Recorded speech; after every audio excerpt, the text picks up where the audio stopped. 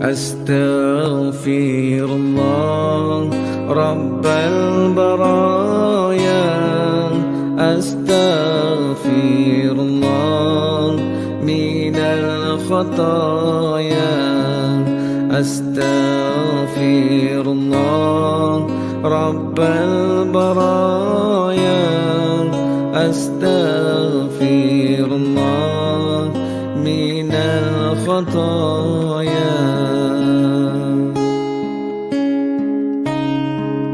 ربي زدني علما نافعا ووفقني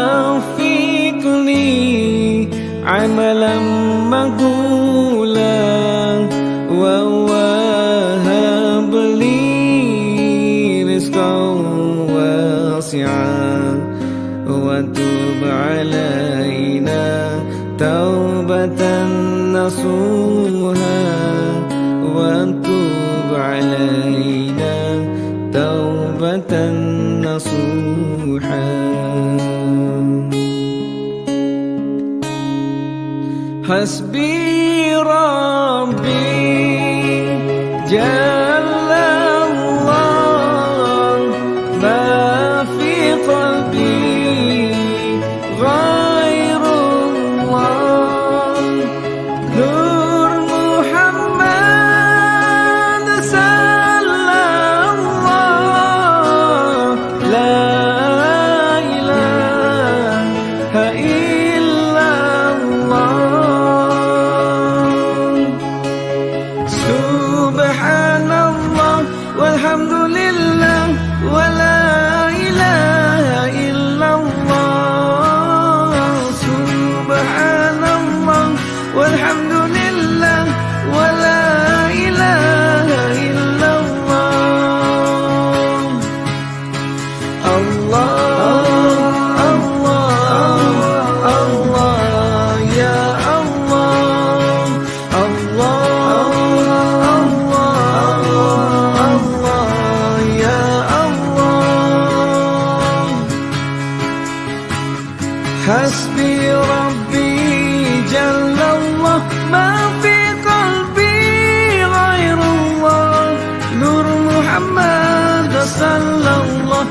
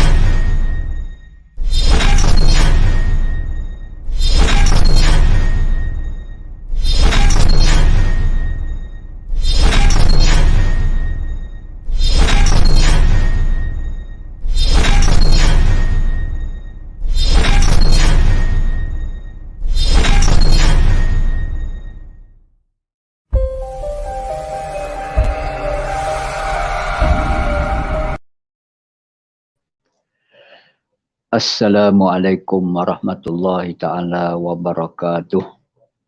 Bismillahirrahmanirrahim. Subhanaka la ilma lana illa ma'allamtana innaka antal alimul hakim wa la hawla wa la quwwata illa billahil aliyyil azim. Amma ba'du. Assalamualaikum warahmatullahi wabarakatuh. Kepada para pendengar yang dirahmati Allah Subhanahu wa taala. Bersyukur kita pada Allah Subhanahu wa taala diberikan kesempatan waktu lagi dapat kita berada dalam channel YouTube dan juga FB melalui channel Sahabat Al-Furqan yang dibantu penyiarannya ini oleh sahabat saya, saudara Fahmi bin Ayub. Terima kasih kepada beliau dan juga kepada tuan-tuan yang dapat bersama dalam majlis ini, sama ada secara live ataupun mendengar rakaman selepas daripada tamat siaran ini. Jadi para pendengar yang dirahmati Allah Subhanahu Wa Taala, kita mengkaji kembali dalam proses untuk kita meningkatkan ilmu pengetahuan kita, untuk mendekatkan diri kita kepada Allah Subhanahu Wa Taala dalam proses menuntut ilmu ini, di mana baginda Nabi SAW bersabda, talabul ilmi faridatun ala kulli muslimin au muslimatin. Menuntut ilmu itu suatu kewajipan ke atas setiap umat Islam, baik lelaki ataupun wanita. Jadi ilmu yang perlu dipelajari oleh manusia begitu banyak, dan 3 daripada ilmu yang sangat penting itu, iaitu yang pertama ilmu tentang akidah, iaitu pengakuan kita tentang keimanan kepada Allah yang bersifat wahid, mengesahkan Allah. Yang kedua, ilmu berkenaan dengan syariat Islam yang dipanggil ibadah. Bagaimana kita nak beribadah kepada Allah Subhanahu Wa Taala. Dan ilmu yang ketiga ialah ilmu akhlak atau dipanggil juga ilmu adab. Jadi 3 perkara atau 3 subjek ini yang dikatakan oleh Imam Al-Ghazali rahimahullah adalah wajib fardu ain ke atas setiap umat Islam mempelajarinya. Jadi bila kita belajar, maka soalnya kenapa kita perlu belajar? Kenapa kita perlu menuntut ilmu? Jadi banyak tujuan kita menuntut ilmu. Banyak tujuannya. Dan kita boleh senaraikan betapa banyak tujuan kita menuntut ilmu ataupun belajar. Tapi jangan lupa, kita utamakan yang sangat penting. Tujuan kita nak belajar mencari ilmu ini ialah untuk melaksanakan satu daripada syariat Allah, peraturan Allah ke atas manusia. Jadi kita hidup di atas muka bumi ini milik Allah. Maka kita perlu mematuhi SOP ataupun perintah-perintah Allah Subhanahu Wa Taala nak hidup di atas muka bumi Allah ini. Bagaimana kita nak duduk dalam sebuah negara, kita kena ikut peraturan-peraturan dalam negara tersebut. Jadi negara Malaysia ini milik Allah Subhanahu Wa Taala, maka kita kena utamakan perintah-perintah Allah Subhanahu Wa Taala, iaitu kita perlu mencari ilmu. Jadi barulah datang tujuan-tujuan yang lain. Kenapa kita menuntut ilmu? Selain daripada itu, bila kita menuntut ilmu ini, kita juga ingin menambahkan keimanan, menambahkan kefahaman. Kita ingin juga mendapat ketinggian daripada Allah Subhanahu Wa Taala. Kita ingin mendapat kemuliaan daripada Allah Subhanahu Wa Taala. Sebab Allah suka, Allah kasih kepada orang-orang yang berilmu. Dengan ilmunya tadi dapat memanfaatkan untuk dirinya, untuk masyarakat, untuk negara dan lebih-lebih lagi untuk agama Allah Subhanahu Wa Taala. Jadi kita tak boleh lepas daripada tuntutan menuntut ilmu tadi.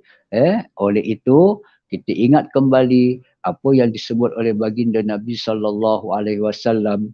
Man aradad dunya fa'alaihi bil ilmi wa man aradal akhirah fa'alaihi bil ilmi wa man aradahuma ma'an fa'alaihi bil ilmi. Siapa yang hendakkan dunia, maka dia perlu ada ilmu duniawi. Siapa yang hendakkan akhirat, dia perlu ada ilmu-ilmu tentang akhirat. Dan siapa yang kehendakkan ilmu, yang kehendakkan dunia dan akhirat, maka mereka perlu ada kedua-dua ilmu di dunia dan akhirat itu tadi, supaya kita seimbang. Jadi apa yang kita bincangkan dalam pertemuan kita ini pada malam ini, iaitu pautan zikrullah, siri yang keempat. Jadi maknanya kita sudah ada 4 siri yang membicarakan tentang pautan kita kepada Allah, kita mengharapkan kepada Allah dengan kita berpaut dengan zikrullah, dengan zikir-zikir yang boleh mendekatkan diri kita kepada Allah Subhanahu wa taala. Jadi perbincangan yang lepas kita telah pun melihat betapa pentingnya amalan 3 kul dalam seharian tadi tu kita membaca 3 kul, iaitu kul huwallahu ahad, yang kedua kul a'udzu birabbil falaq, yang ketiganya kul a'udzu birabbin nas. Jadikan amalan seharian kita di waktu pagi dan petang ataupun di waktu siang ataupun malam. Itu antara yang telah kita bicarakan tentang pautan kita dengan zikrullah yang kita rujuk kepada ajaran baginda Nabi sallallahu alaihi wasallam. Okey tuan-tuan dan para pendengar yang dirahmati Allah Subhanahu wa taala, semoga kalian semua diberikan taufik dan hidayah dan dapat bersemangat dalam usaha kita mendekatkan diri kepada Allah, dalam usaha kita untuk mencari redha dan rahmat Allah, dan juga dalam usaha kita menghapuskan dosa-dosa kita dengan amal-amal soleh, dengan apa yang telah ditunjukkan oleh baginda Nabi sallallahu alaihi wasallam. Jadi pada pertemuan yang keempat ini kita merujuk kepada kitab At-Targhib wa Tarhib itu. Jadi hadis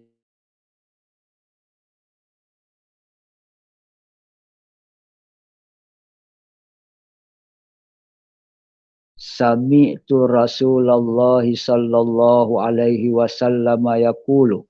Ini hadis yang diriwayatkan oleh Abi Salam. Pendek je kata Abi Salam tadi, aku mendengar Rasulullah sallallahu alaihi wasallam bersabda. Apa yang Nabi sebutkan? Apa yang Nabi sabdakan? Man qala iza asbaha wa iza amsa radina billahi rabba wa bil islami dina wa bi Muhammadin sallallahu alaihi wasallam rasulah illa kana haqqan 'ala Allahi ayyurdiyahu. Iaitu baginda Nabi sallallahu alaihi wasallam telah bersabda, barang siapa yang menyebut di waktu pagi dan juga di waktu petang, apa sebutan itu? Radina billahi rabba wa bil islami dina wa bi Muhammadin rasulah wa bi Muhammadin sallallahu alaihi wasallam rasulah. Jadi barang siapa yang menyebut kalimah radina billahi rabba, yang maksudnya aku redha ataupun kami redha dengan Allah sebagai Tuhan. Radina kami redha. Jadi kalau kita nak baca secara sendirian, boleh kita sebut raditu billah. Sebab ada riwayat yang menyebutkan kalimah itu raditu billah. Dia tak kata radina billah. Jadi mana-mana boleh. Kalau mengikut hadis yang ini, Nabi bersabda, siapa yang menyebut radina billahi rabbah, kami redha Allah itu sebagai Tuhan.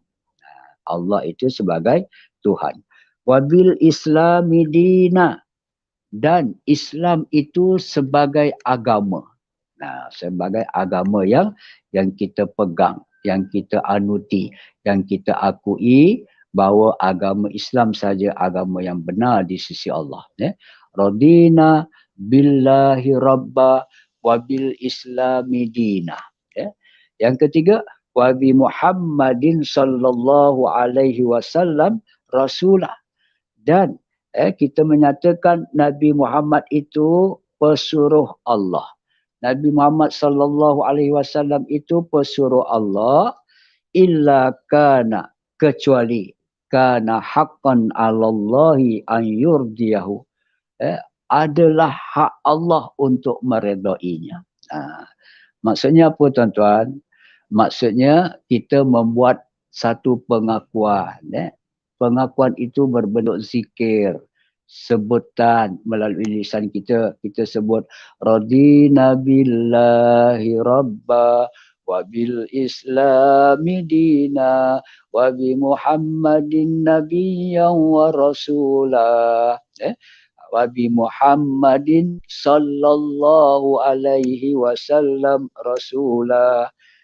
Jadi bila kita sebut nabi tu, kita boleh sebut Nabi Muhammad sahaja, Rasulullah sebagai Tuhan, ataupun kita sebut Nabi Muhammad sallallahu alaihi wasallam, ada penambahan sallallahu alaihi wasallam, itu dibolehkan, penambahan. Jadi kita boleh sebut Allahumma salli ala Muhammad, kita berselawat kepada Nabi, ataupun kita katakan Nabi Muhammad tadi tu disambung dengan sallallahu alaihi wasallam. Itu sebutan selawat kepada Nabi sallallahu alaihi wasallam.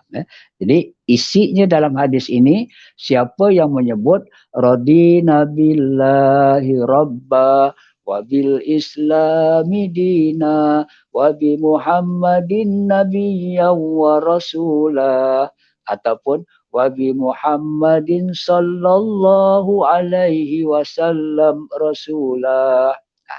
Itu hadis yang pertama ini. Maka siapa yang menyebut kalimat itu, haqqan ala Allah, mereka itu akan mendapat keredaan Allah. Haqqan ala Allah maknanya Allah ada hak, Allah ada kuasa untuk meredai orang yang menyebut radina billahi rabba wa bil islami dina wa bi muhammadin rasulah. Sama ada nak ditambah dengan Nabi Muhammad sallallahu alaihi wasallam ataupun tidak ada sebutan sallallahu alaihi wasallam. Mana-mana boleh tuan-tuan. Tapi yang lebih baiknya kita sebutlah Nabi Muhammad sallallahu alaihi wasallam. Ujungnya Rasulullah. Itu hadis yang pertama. Orang yang menyebut kalimat tersebut akan berhak mendapat keredaan Allah. Keredaan Allah ini perlu kita ikhtiarkan. Kita perlu cari redha Allah. Kita perlu cari redha Allah. Sebab Allah segala-galanya. Allah Maha Berkuasa. Allah lah yang mampu untuk memasukkan kita ke syurga ataupun ke neraka. Memang itu hak Allah Subhanahu Wa Taala. Semua apa yang ada di dalam Al-Quran adalah hak, iaitu benar daripada Allah Subhanahu Wa Taala. Hidup itu benar, mati itu benar, azab kubur itu benar, azab neraka itu benar, hari kiamat itu benar.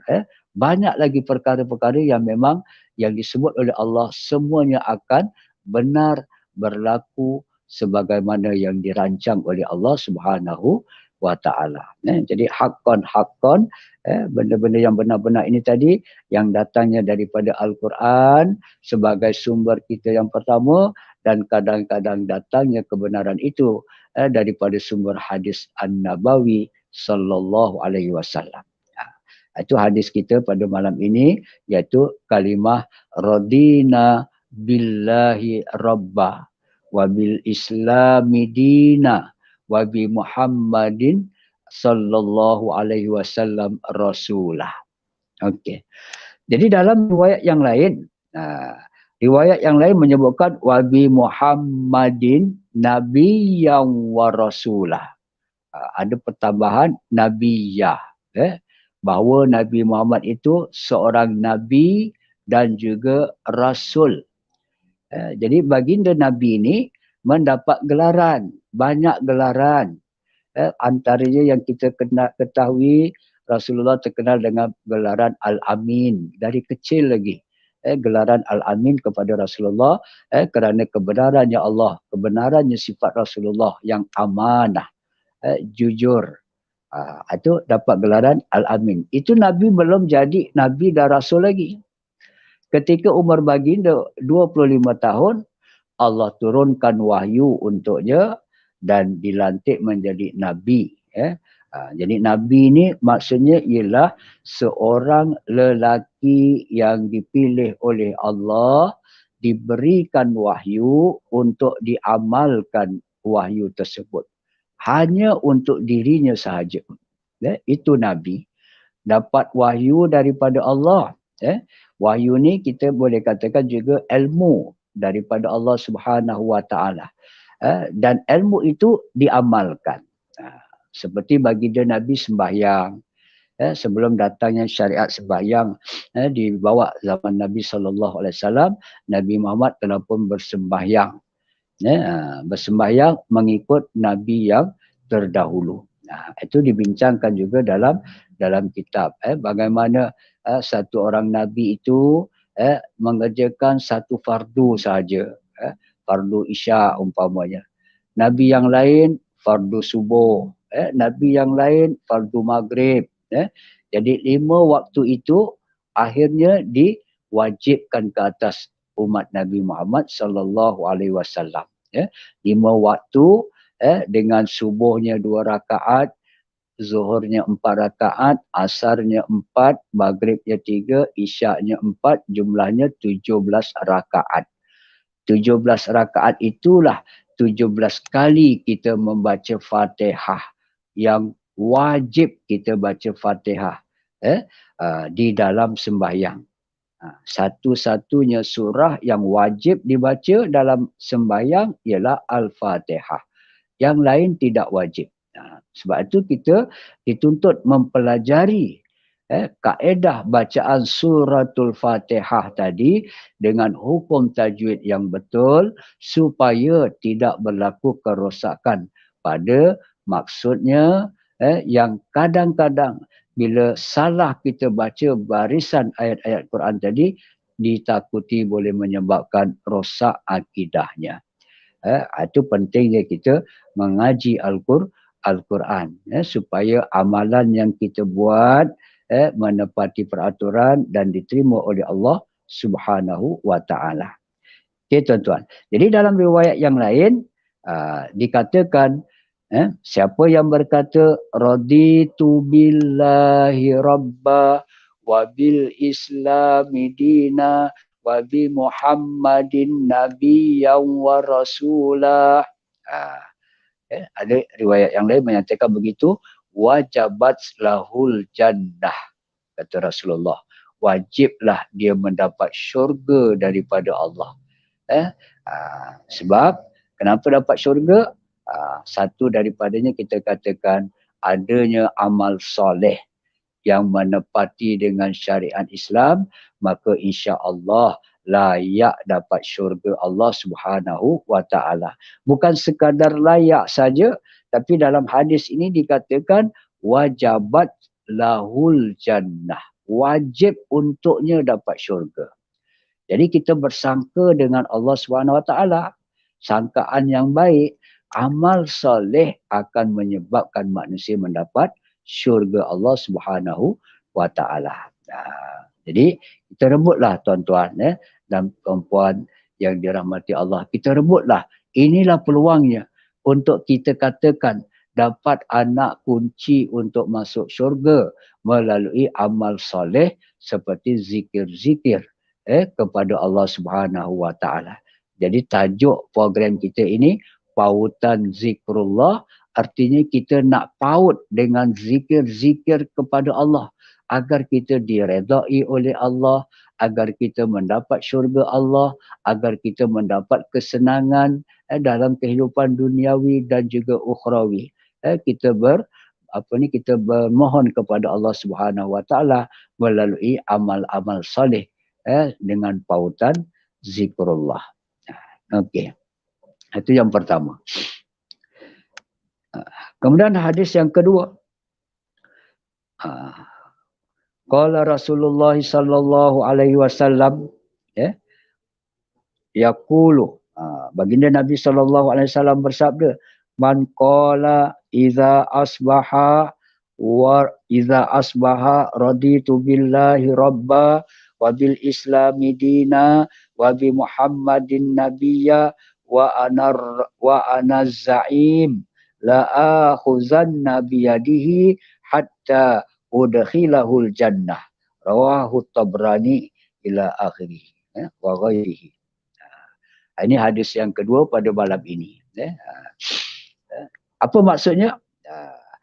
Rasulullah sallallahu alaihi wasallam bersabda yang maksudnya tadi, man qala iza asbaha, siapa yang berkata di waktu pagi, raditu billahi rabbah. Dia asalnya rabban, rabba alif. Rabba sabdu di atas ra, ba alif dua di atas ban. Rabban. Jadi kalau kita sambung, raditu billahi rabban wa bil islami dinan wa bi muhammadin nabiyyan wa rasulah. Itu kalau kita baca hukum tajwidnya. Raditu billahi rabban. Kalau kita sambung. Kalau kita nak berhenti, kita baca pendek-pendek. Raditu billahi rabba wa bil islami dina wa bi muhammadin nabiyyan wa rasulah. Itu kaedah pembacaannya. Okay? Jadi siapa yang menyebut kalimat tersebut? Raditu billahi rabban.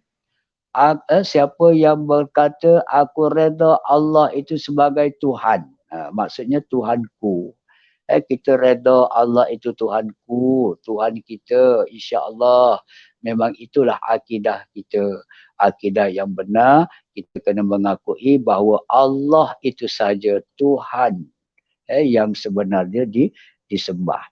Tidak ada Tuhan yang lain. Jangan kita beriman dengan Tuhan yang lain seperti orang-orang yang mensyirikkan Allah Subhanahu wa taala. Pegang hati kita, Allahu Ahad. Allahu Ahad. Allah bersifat esa, tunggal. Jadi dalam kita bersembahyang, ketika kita mengucap syahadah, jari kita disunatkan mengangkat jari itu ketika kalimah dalam tahiyat itu. Illallah, illallah. Asyhadu an la ilaha illallah. Kita mengangkat satu jari yang menggambarkan kecuali satu saja, iaitu Allah yang layak disembah.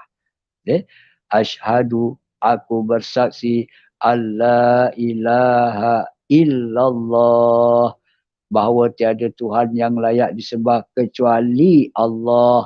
Jadi dalam mazhab Syafi'i, kita angkat jari itu sekali dan kita diamkan begitu sampai akhir sembahyang.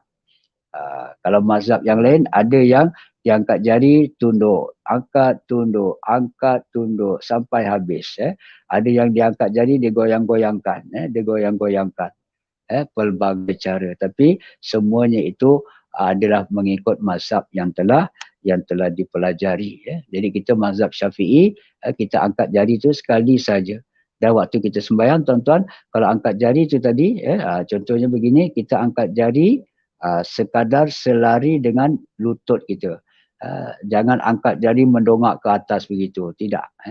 Kita angkat jari itu sedikit selari dengan paras lutut kita. Dia jadi maknanya agak menjunam sedikit ke arah tanah.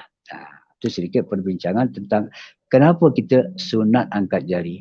Rupanya dalam kajian saintifik, apabila kita mengangkat jari telunjuk ketika tahiyat itu, ada urat yang bersambung terus ke dada. Ada urat yang bersambung terus kepada jantung. Jadi bila kita angkat begitu, ada hikmahnya insya-Allah, yang berkaitan dengan jantung kita. Jadi mudah-mudahan bila kita angkat begitu, kita harapkan akidah kita sentiasa kekal bersama kalimah Allahu Ahad. Allah itu esa. Ini antara hikmahnya. Jadi pergerakan-pergerakan kita dalam sembahyang itu pada rukun fi'linya tadi telah pun dikaji tentang kelebihan-kelebihan hikmah-hikmahnya. Antaranya juga waktu kita sujud, tuan-tuan. Waktu kita sujud itu punggung kita lebih tinggi daripada kepala kita. Waktu kita tidak sembahyang, kepala kita di bahagian atas.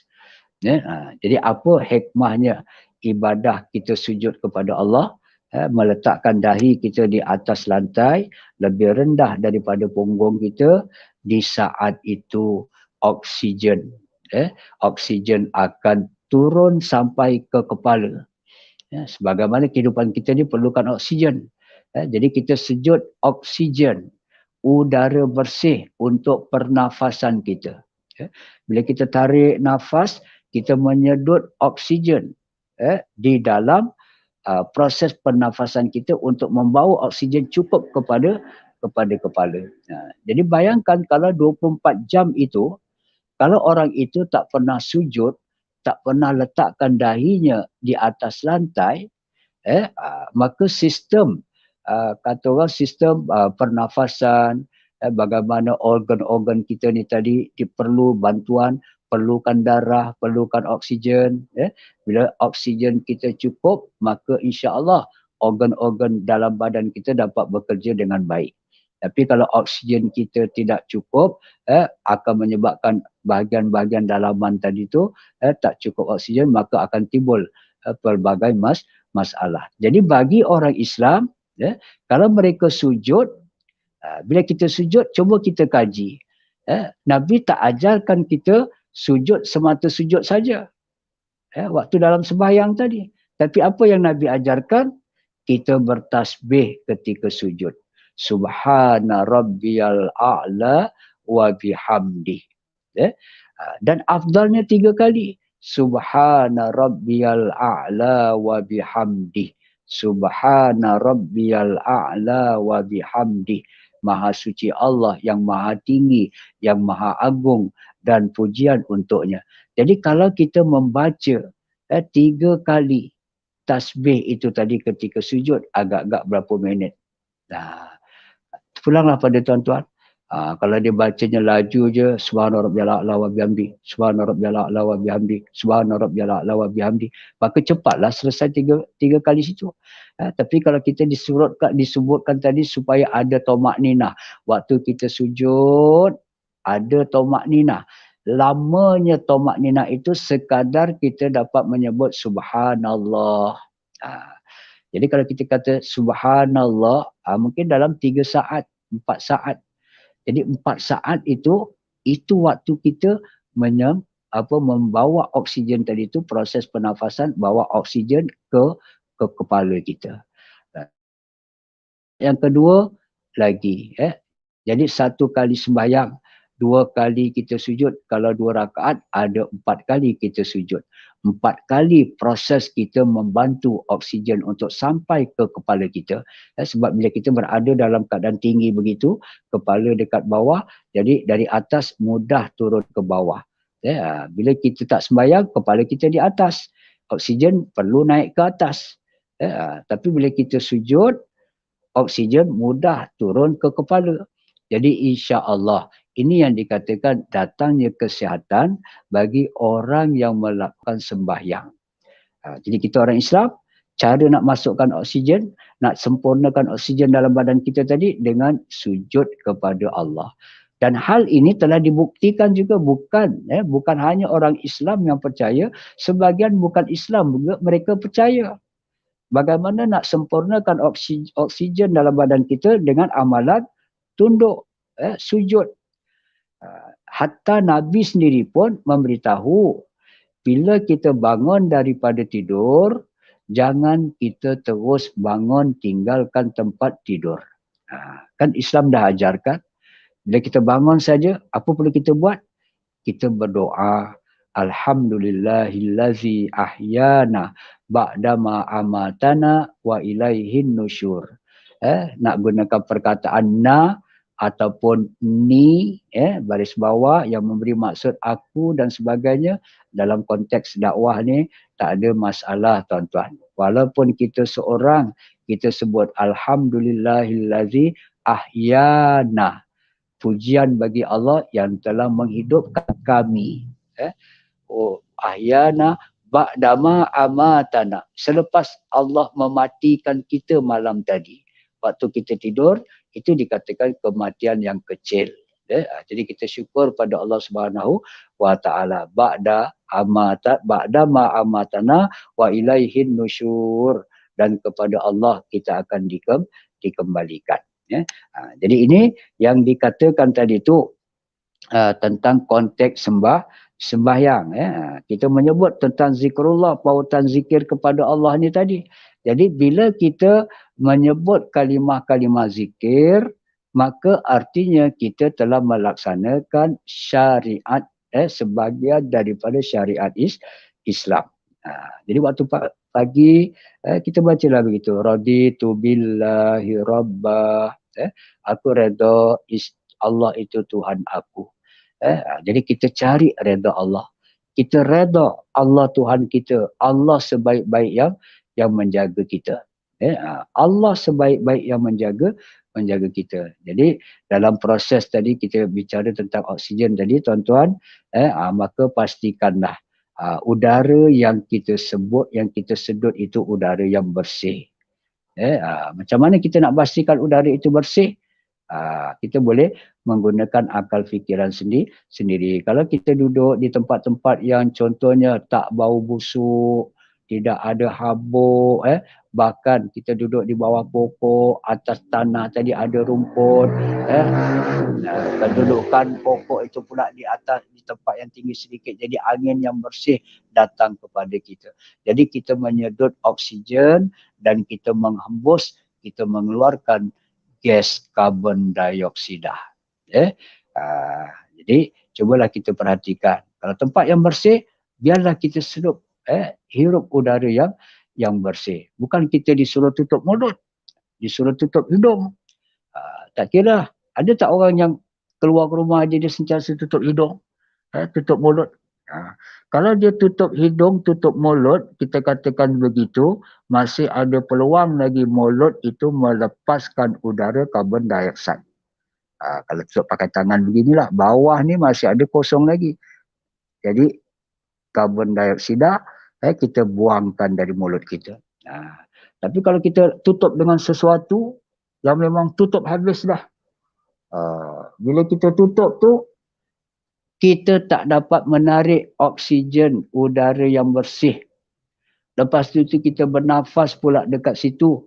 Karbon dioksida tadi tak keluar pula daripada situ. Kita sedut balik.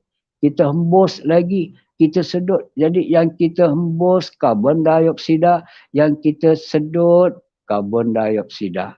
Kalau kita menutup penutup yang memang rapat begitu. Agak-agaknya lah tuan-tuan. Adakah udara bersih yang kita sedut? Gunakan minda kita. Minda kita. Kalau sesekali saja bau busuk lah, tak tahan apa-apa, kita pakailah penutup itu. Mask ke, apa ke, dengan kain ke, dengan tudung ke. Itu amalan Nabi sudah diajarkan. Baginda Nabi SAW, waktu baginda bersin, Nabi ajarkan kita supaya tutup mulut kita dengan seumpama kain. Jadi zaman Nabi dulu mereka pakai serban. Jadi kain serban itulah sama ada ekornya yang sebelah belakang ke atau sebelah tepi ke tadi, itu antara manfaatnya bila nak bersin, ambil kain tadi tu tutupkan mulut. Jadi kalau kita bersin, apa kata orang, air liak, air ludah tadi tu taklah percik keluar. Kita tutup dengan kain. Lepas tu jangan ditekankan bunyi bersin itu kuat-kuat. Ada yang orang bersin tu dia hembusnya kuat-kuat sampai bunyinya kedengaran, Masya Allah. Tapi Nabi ajarkan kalau bersin, tutup dengan sesuatu, kemudian kita ucapkan Alhamdulillah. Apa hikmahnya Rasulullah memberitahu kita begitu? Kalau kamu bersin, sebut Alhamdulillah. Sebab waktu kita bersin itu, insya-Allah bersama benda-benda yang tidak baik, kuman ke, virus ke, penyakit ke, itu mafhumnya, akan keluar daripada mulut kita.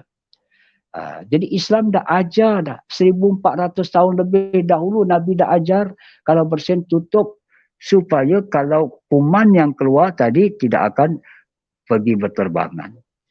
Dalam musim COVID ini, kita tengok bagaimana orang Jepun ataupun orang Cina yang mereka buat kajian melalui komputer tadi ditunjukkan kepada kita. Bila kita bersin, maka keluarlah virus-virus ni. Ada virus yang gemuk, ada virus yang kecil. Virus yang kecil tu dia keluar sedikit saja, lepas tu dia akan jatuh, lama-lama hilang. Ya. Tapi yang agak besar tadi dia lebih kuat. Bila bersin dia boleh pergi jauh lagi. Sehingga 1 meter, 3 kaki lebih kurang. Jadi itu kajian mereka. COVID-19 ni tadi, begitulah tadi. Kenapa cepat merebak? Kerana virus itu tadi boleh pergi dalam jarak 1 meter iaitu 3 kaki kepada orang lain.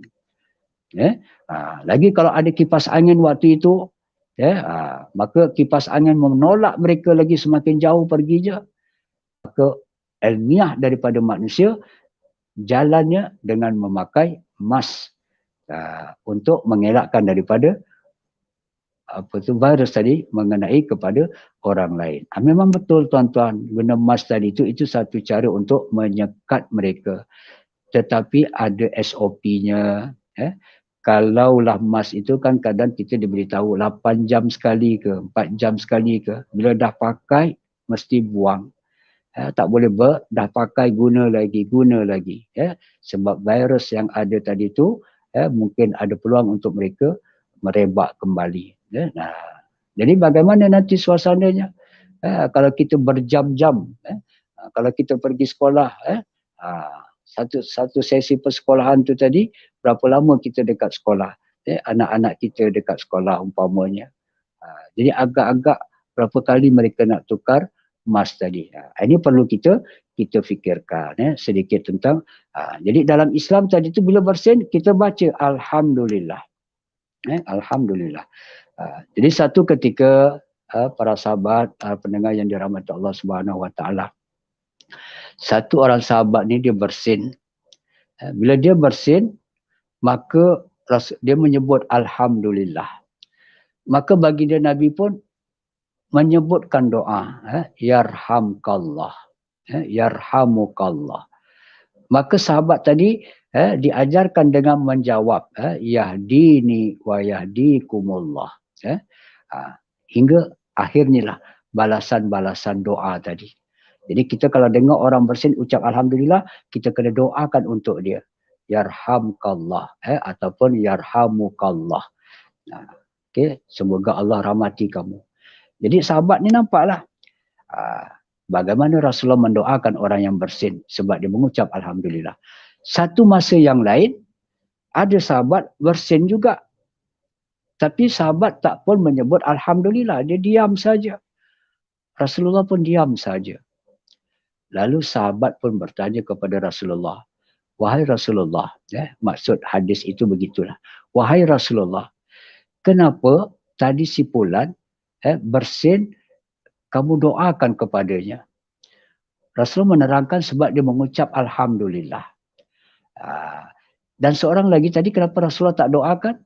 Kata Rasulullah sebab dia bersin tidak menyebut Alhamdulillah. Jadi Rasulullah pun tidak mendoakan untuk si Fulan itu. Jadi itu pengajarannya kepada kita dalam kisah itu bahawa disunatkan kita mengucap Alhamdulillah bila kita bersin. Dan orang yang mendengar kita ucap Alhamdulillah, dia doakan kita Yarhamkallah ataupun Yarhamukallah. Itu antara SOP, peraturan. Yang mana peraturan ini kadang-kadang peraturan yang ketat, yang mesti diikut. Kadang-kadang peraturan itu hanya sekadar sunat untuk mencantikkan akhlak dan sebagainya. Jadi tak salah kalau kita mengikut peraturan. Sekalipun peraturan itu ciptaan manusia. Kalau dia mendatangkan kebaikan dan tidak bercanggah dengan syarak, maka wajib kita ikut peraturan tersebut. Tapi kalau peraturan itu mendatangkan mudarat, maka tidak wajib kita mengikutinya. Sebab kita dah tahu dah ada kemudaratannya kalau kita mengikut arahan tersebut. Inilah antara orang-orang yang Allah hendakkan supaya kita menggunakan akal tadi dengan berfikir supaya dapat membezakan mana yang mendatangkan kebaikan tanpa merosakkan Islam. Mana yang mendatangkan kebaikan tetapi kadang-kadang merosakkan agama Islam. Fikirlah tuan-tuan, sejauh mana kefahaman umat Islam terhadap apa yang dikatakan syariat Allah Subhanahu Wa Taala. Jadi itu berkenaan dengan bersin tadi. Kita redha kepada Allah Apa saja ditentukan oleh Allah kepada kita, kita reda. Antara satu daripadanya, kita reda kepada Allah dengan kita berzikir kepada Allah dengan zikir-zikir yang sesuai. Wabil islami dina. Itu maksud kalimah yang kedua. Wabil islami dina, maksudnya kami reda Islam itu suatu agama. Jadi semalam pun kita dah bicarakan. Al-Quran menyebutkan wala tamutunna illa wa antum muslimun. Jangan kamu mati kecuali kamu dalam keadaan beragama Islam. Tuan-tuan. Jadi kita jagalah Islam kita sampai akhir hayat kita. Kalau kita tengok di YouTube sekarang ini, khususnya daripada Indonesia, maaf bagi rakyat Indonesia. Dalam YouTube kita tengok dipamerkan. Dulu dia Islam, hari ini dia Kristian. Berpunca daripada macam-macam punca. Apabila keluarga tak suka dia umpamanya, sedangkan dia dulu daripada keluarga yang pergerakan Islamnya bagus, tapi sampai kepada keturunan yang tertentu tadi dia sanggup tinggalkan Islam dan sebagainya. Kita rasakan ini satu lagi serangan. Bila keluar di channel di YouTube begitu, pengakuan seorang Islam yang sudah masuk Kristian dipamerkan begitu. Pertama sekali kita kata ini aib, kehinaan kepada orang tersebut. Lagi kalau dia mendakwa dia sudah keluar daripada Islam, wal-iazubillah. Allahu Akbar. Dipamerkan di peringkat dunia sekarang kita boleh tengok. Di Malaysia kita masih lagi rasanya belum nampak sangatlah pengakuan-pengakuan orang Islam masuk Kristian tadi itu dekat channel-channel kita. Tapi kalau di Indonesia tadi sudah banyak, tuan-tuan. Bahkan orang Malaysia dapat melihat channel tersebut. Ini kalau kita tak kaji, diuji dengan ujian-ujian saja, akhirnya mereka tidak sanggup meneruskan kehidupan dengan agama Islam. Sangat rugi orang yang menukarkan agamanya daripada Islam kepada agama lain yang tidak diredai Allah. Wa may yabtaghi ghairal islami dina falan yuqbala minhu wa huwa fil akhirati minal khasirin.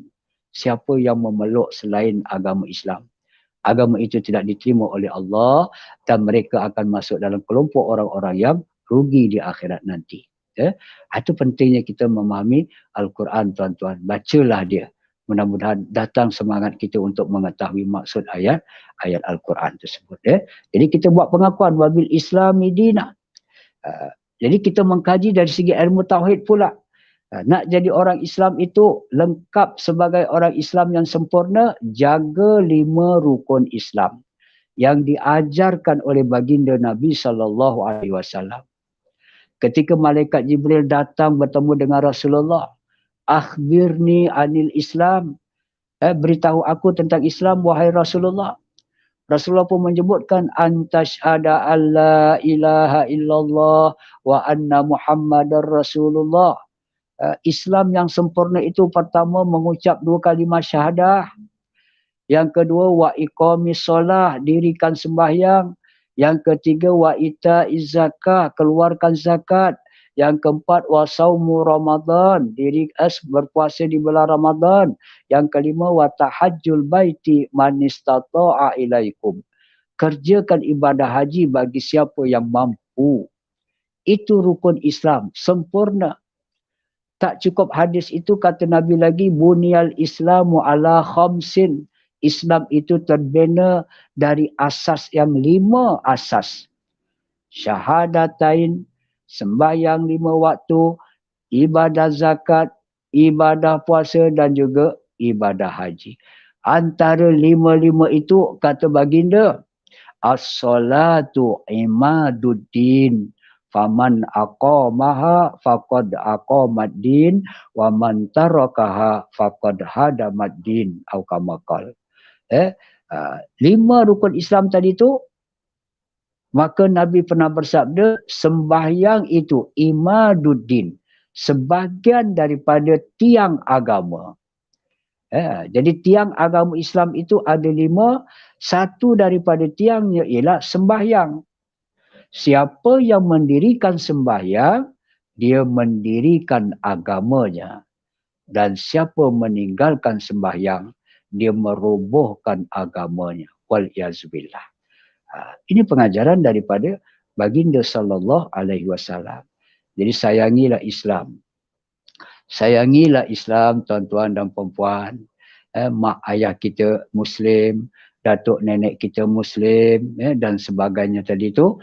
Maka kita jagalah Islam kita ini jangan sampai tercabut daripada kehidupan kita. Seseorang boleh terkeluar daripada Islam sama ada melalui ucapannya. Bila ucapannya menafikan Allah Subhanahu Wa Taala, menafikan kebenaran Al-Quran, menafikan kedatangan Rasulullah, menafikan satu daripada 6 rukun iman itu sudah boleh menyebabkan dia keluar daripada Islam. Menjadi murtad wal-iyazubillah. Jadi kena jaga 6 rukun iman, kita belajar, kita faham dan kita hayati. Bukan belajar, ingat, lulus periksa tetapi tidak ada dalam penghayatan. Adakah kamu beriman kepada Allah? InsyaAllah, ya, kita beriman kepada Allah. Aku tak pernah menyekutukan Allah. Yang kedua, adakah kamu percaya beriman kepada para malaikat Allah? Ya, kami percaya malaikat Allah sungguh banyak. Dan yang paling mulia ialah malaikat Jibril yang kerjanya antaranya membawa wahyu untuk para rasul. Yang ketiga, adakah kamu beriman kepada para rasul? Alhamdulillah, kami beriman dengan sekurangnya 25 orang rasul yang disebutkan di dalam Al-Quran namanya. Daripada Adam, Idris, Nuh, Hud sampai kepada Nabi yang terakhir Muhammad bin Abdullah.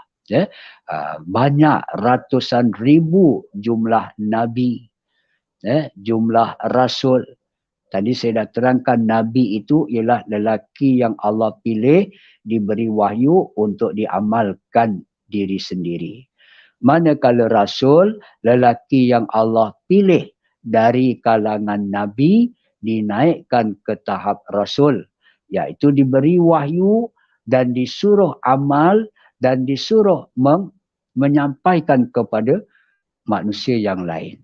Itu yang dikatakan Rasul.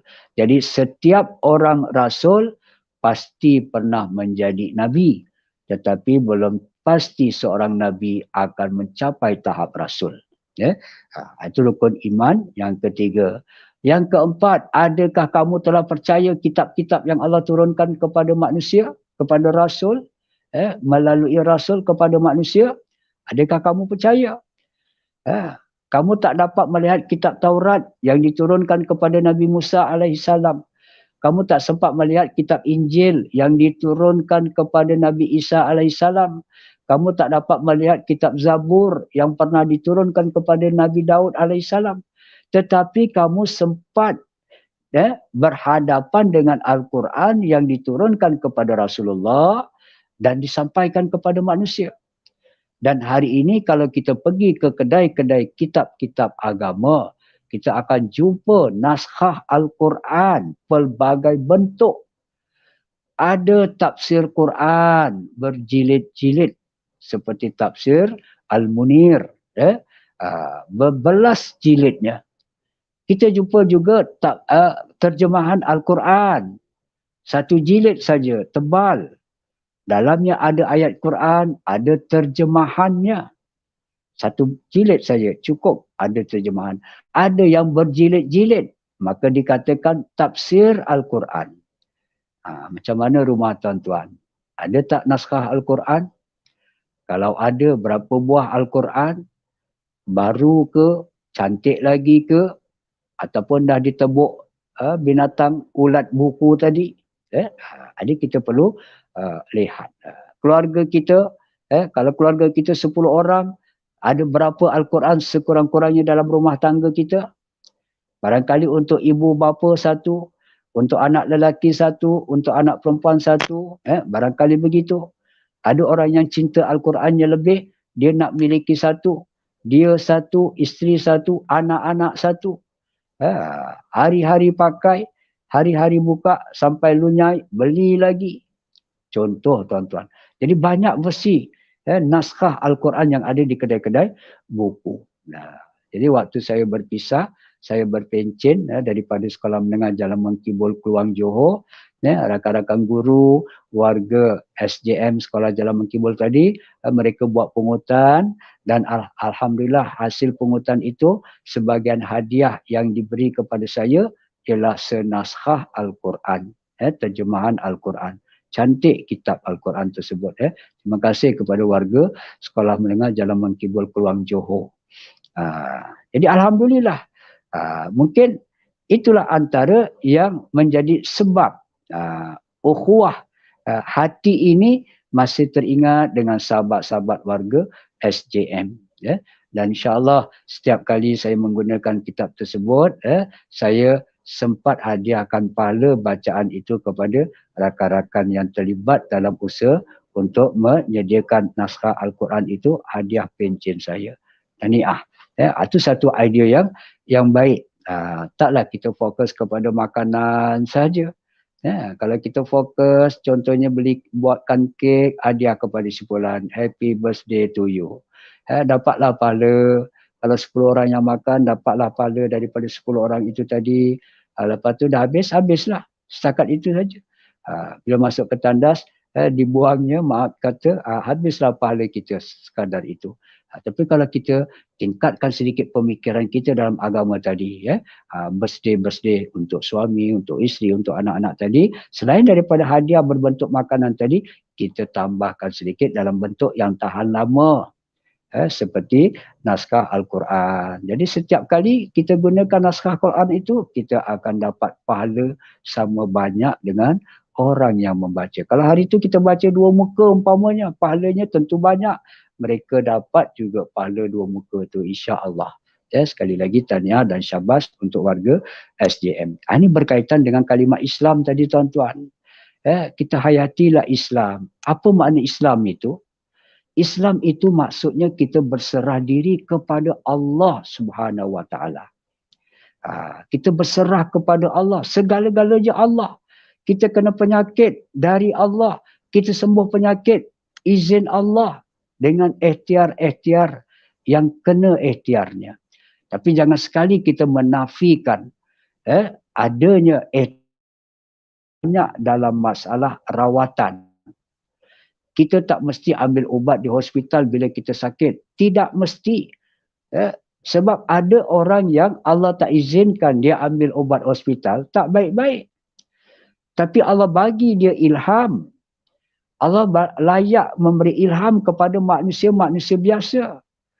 Apa ilhamnya? Contoh, kalau kamu luka terpotong, jari terpotong dengan pisau, ambil daun senduduk.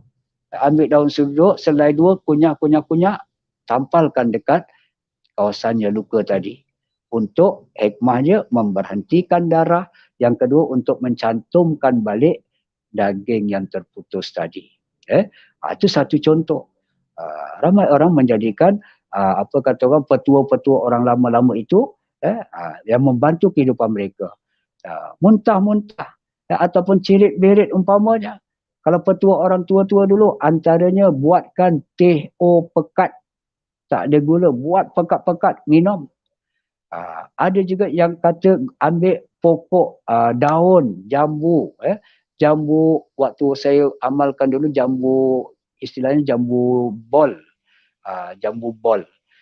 Daun dia yang muda itu, hijau-hijau, nipis warnanya, lembut. Kita ambil kunyah. Kunyah-kunyah, jadikan pemakanan. Itu kita kata tadi, segala-galanya daripada Allah Subhanahu Wa Taala. Islam ajarkan kita. Akhir-akhir ini banyak rumput-rumput yang kita kata dulu mengganggu dalam kediaman, sekitar kediaman. Hari ini dah dikaji-kaji. Ada rumput-rumput yang sangat baik untuk kesihatan badan. Jadi kalau kita banyak grup-grup kita ni, kumpulan-kumpulan yang suka mengkaji, kemudian mereka dah dapat ilmu, mereka tak lokek, mereka sedia sebarkan kepada orang lain, dan kita masuk dalam grup yang begitu, dan kita pun mengakui kita ni, walaupun saya seorang ustaz, mungkin ada kelemahan saya dari segi pertanian, umpamanya khasiat daun itu, daun ini, jadi kita sedia mendapat info daripada grup yang lain tentang herba-herba begitu, kita berlapang dada. Kita akui juga ilmu-ilmu orang lain yang mereka kaji, mereka dapat dan mereka manfaatkan untuk kita. Kita sedia buka. Jangan kita ambil satu cabang ilmu saja. Oh ini Dr. Cahayanun Alip, non-Muslim lagi, contoh. Kita tolaklah pendapat dia ni. Sebab dia bukan Dr. Islam, contohnya tuan-tuan. Kalau kita blok minda kita gitu, sedangkan Allah tak pun mengatakan kita tolak ilmu-ilmu orang kafir. Bahkan hari ini kalau kita tengok ilmu-ilmu orang kafir itulah yang banyak dijadikan panduan oleh orang-orang Islam sendiri. Allahu Akbar. Sampaikan sedih kita. Dalam Islam seorang doktor yang terkenal, Ibnu Sina tuan-tuan.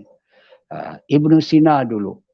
Bila buku-buku Ibnu Sina ni tadi, doktor Islam, ulama Islam, doktor ulama lagi, beragama Islam, bukan doktor Islam saja, tapi tidak menjadi alim bagian agama. Hari ini kita hati-hati dalam memilih doktor-doktor tadi. Maaf cakap, kita kena pilih doktor-doktor yang kita nampak potensi agamanya. Itu yang sepatutnya kita lapang dada dengar pendapat mereka. Tapi kalau dia hanya sebagai gelaran doktor, tapi jauh dengan Allah, selawat Nabi-Nya entah macam mana, sembahyangnya entah macam mana, memang dia hebat. Dia hebat di sisi masyarakat, dia doktor, membantu orang dan sebagainya. Tapi rugi kalau kamu bantu orang, tetapi kamu tak bantu diri sendiri untuk kehidupan di akhirat. Kalau doktor Muslim yang cantik, kita kata, tengok waktu dia nak injek, Pak Cik, saya nak injek Pak Cik mudah-mudahan lepas kena injek ni, Pak Cik sembuh, Pak Cik sihat dan sebagainya. Bismillah, cucuk pelan-pelan. Kita kalau dapat doktor yang macam tu pun rasa hatinya insya-Allah redha kena cucuk. Masukkan ubat. Tapi kalau Allah Akbar, kadang-kadang bismillah pun kita tak dengar daripada mereka. Bahkan ta'assubnya pula dengan perubatan mereka sajalah. Tak ada penyakit ni, tak ada ubat Pak Cik. Kita bagi ubat ni setakat bertahan saja. Allahu Akbar. Doktor mungkin terlupa nak kaji hadis. Likul lidah indawa, doktor kata Rasulullah, likul lidah indawa, setiap penyakit ada obat. Kenapa doktor cakap tak ada obat untuk penyakit ni? Itulah kita nak kembali semula kepada ajaran Islam. Sayangkan Islam ini. Jadi Ibnu Sina tadi tuan-tuan, hari ini kitab-kitab hasil penulisannya itu dijadikan rujukan di luar negara sana oleh yang bukan Islam. Diubah namanya kepada Avicenna. Avicenna, hilang perkataan Ibnu Sina. Kajilah, tengok. Antaranya beliau telah berjaya menyediakan obat yang belum lagi ada penyakitnya di saat itu. Hebatnya Ibnu Sina. Hebatnya Ibnu Sina, tokoh, doktor, ulama Muslim, dapat mencipta obat yang penyakitnya belum ada. Hari ini dunia apa cerita? Penyakit dah sampai, obat tak ada lagi sebahagian negara. Lepas tu kita menolak pula obat-obatan secara tradisional umpamanya. Lagi malang kalau kita katakan buktikan kebenaran Al-Quran. Wa nunazzilu minal Qur'ani ma huwa shifaa'un wa rahmatul lil mu'minin. Sebahagian ayat Quran itu tadi menjadi penawar untuk orang-orang yang beriman khususnya, kata Allah Subhanahu Wa Taala. Jadi obat. Tapi sejauh mana kefahaman umat Islam, penghayatan umat Islam terhadap Al-Quran, penghayatan umat Islam terhadap perubatan yang ditunjukkan oleh Nabi. Nabi pesan pastikan setiap rumah orang Islam ada madu. Sebab madu itu obat segala penyakit. Begitu juga habbatus sauda. Pada habbatus sauda itu ada obat, ada penawar segala penyakit. Illasam, kecuali sakit mati. Bila dibahaskan kenapa tak jadi obat kepada orang yang mati? Sebab orang yang mati sudah mati, bukan orang sakit lagi. Jadi obat ini untuk orang yang sakit. Jadi Nabi dah ajarkan kepada kita, carilah madu, carilah habbatus sauda ke, cengkeh ke dan apa-apanya yang sebahagiannya mujarab dah dan dipraktikalkan oleh ulama-ulama kita ataupun orang-orang tua-tua kita zaman dahulu. Ya. Ini kita buka minda tuan-tuan, maaf cakap kalau apa yang saya sebutkan ini agak menyinggung perasaan tuan-tuan dan sebagainya. Itulah kebenaran daripada ajaran Rasulullah sallallahu alaihi wasallam. Kita kena sayangkan Islam dan jagalah Islam kita biar sampai akhir hayat kita dengan Islam. Ya, itu kalimah yang kedua. Yang pertama, raditu billahi rabba. Yang kedua, wabil islami dina. Yang ketiga, wabi Muhammadin nabiyyan wa rasulah. Dan Nabi Muhammad itu Nabi dan Rasul. Memang sesungguhnya Nabi Muhammad itu mula-mula Nabi, kemudian naik jadi Rasul. Dan dia adalah khatamul anbiya wal mursalin. Nabi Muhammad itu Nabi yang terakhir. Bila wafat baginda Nabi, tanda dunia hampir kiamat.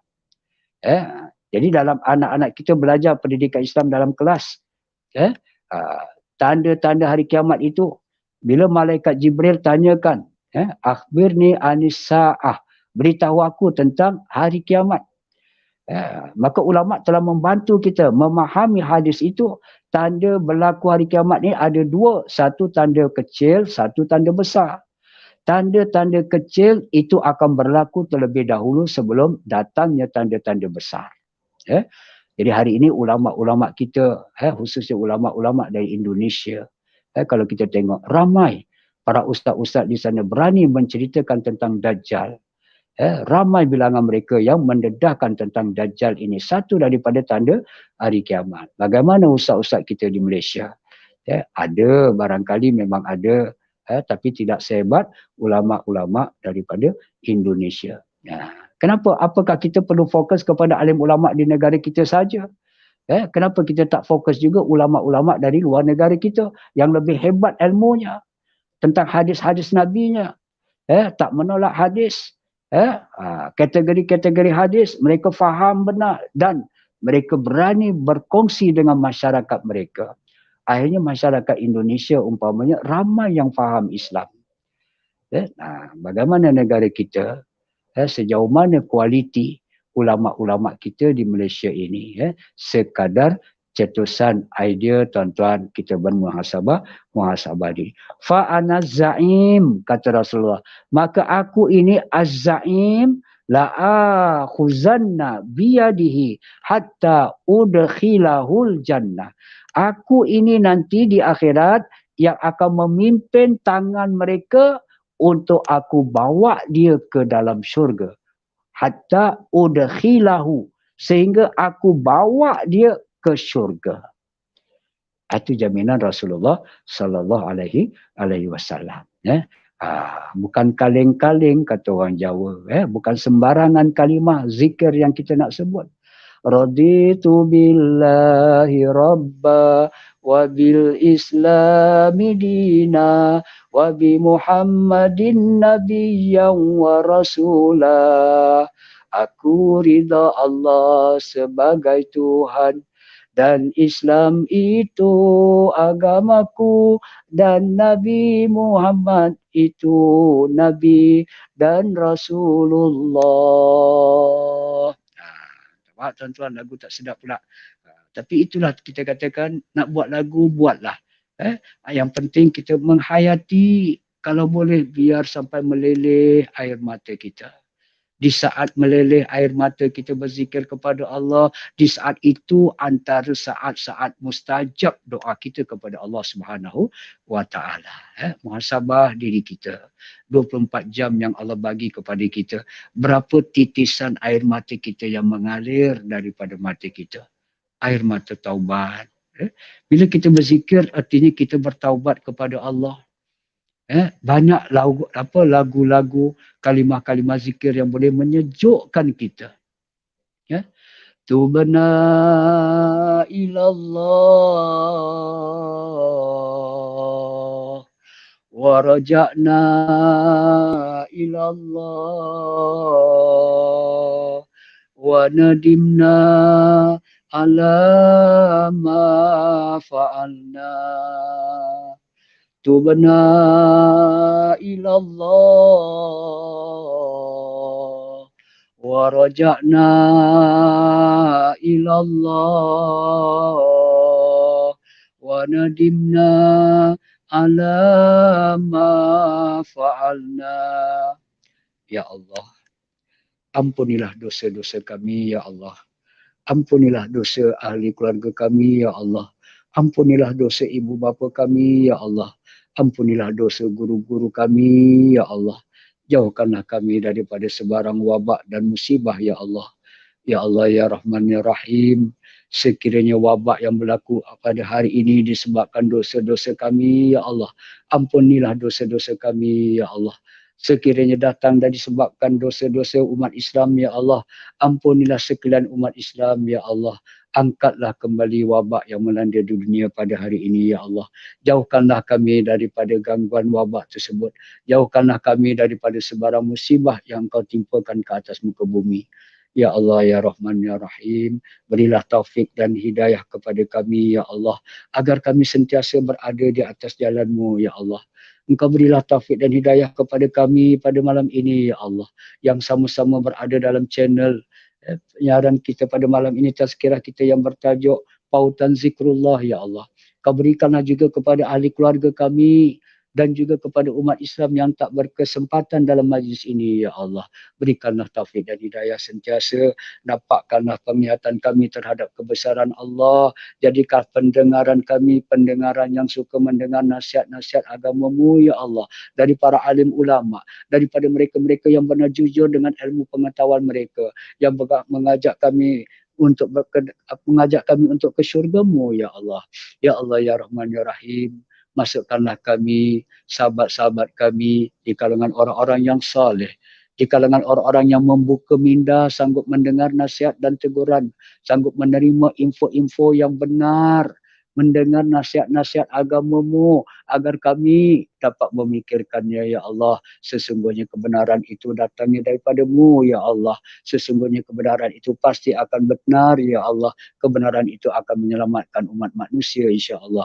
Ya Allah, Ya Rahman, Ya Rahim. Pilihlah kami, Ya Allah, untuk menjadi tetamu-tetamu-Mu dalam majlis ilmu, dalam apa saja bentuk majlis ilmu yang diadakan melalui channel-channel YouTube, Google, Facebook dan sebagainya. Media-media yang membantu dalam menyampaikan ilmu agama-Mu khususnya, Ya Allah. Jauhkanlah kami daripada berkumpul sesama mereka-mereka yang menjauhkan diri daripada-Mu, menjauhkan kebenaran daripada kitab suci-Mu, menjauhkan kebenaran daripada apa yang dibawa oleh baginda Nabi SAW. Kami cinta pada-Mu, Ya Allah. Kami cinta Al-Quran kitab-Mu, Ya Allah. Kami cinta Nabi Muhammad SAW dan keluarganya serta sahabatnya. Allahumma salli ala Sayyidina Muhammad wa ala ali Sayyidina Muhammad wa sallallahu ala Sayyidina Muhammadin wa ala alihi wa sahbihi wa baraka wa sallam walhamdulillahi rabbil alamin.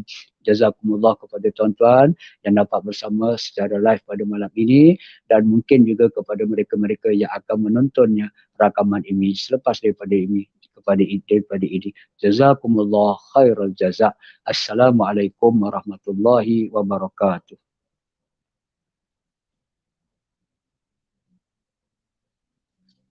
Allahumma salli salatan kamilatan wa sallim salaman tamman ala sayyidina Muhammadin alladhi tanhallu bihi al-uqadu wa tanfariju bihi al-kurabu. Assalamualaikum Fadli.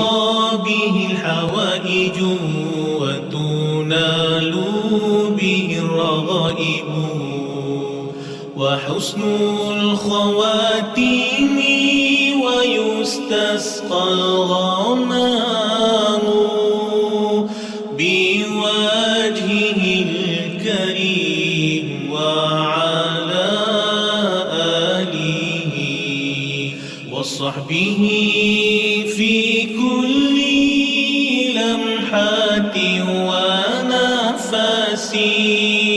ونفسي بعدد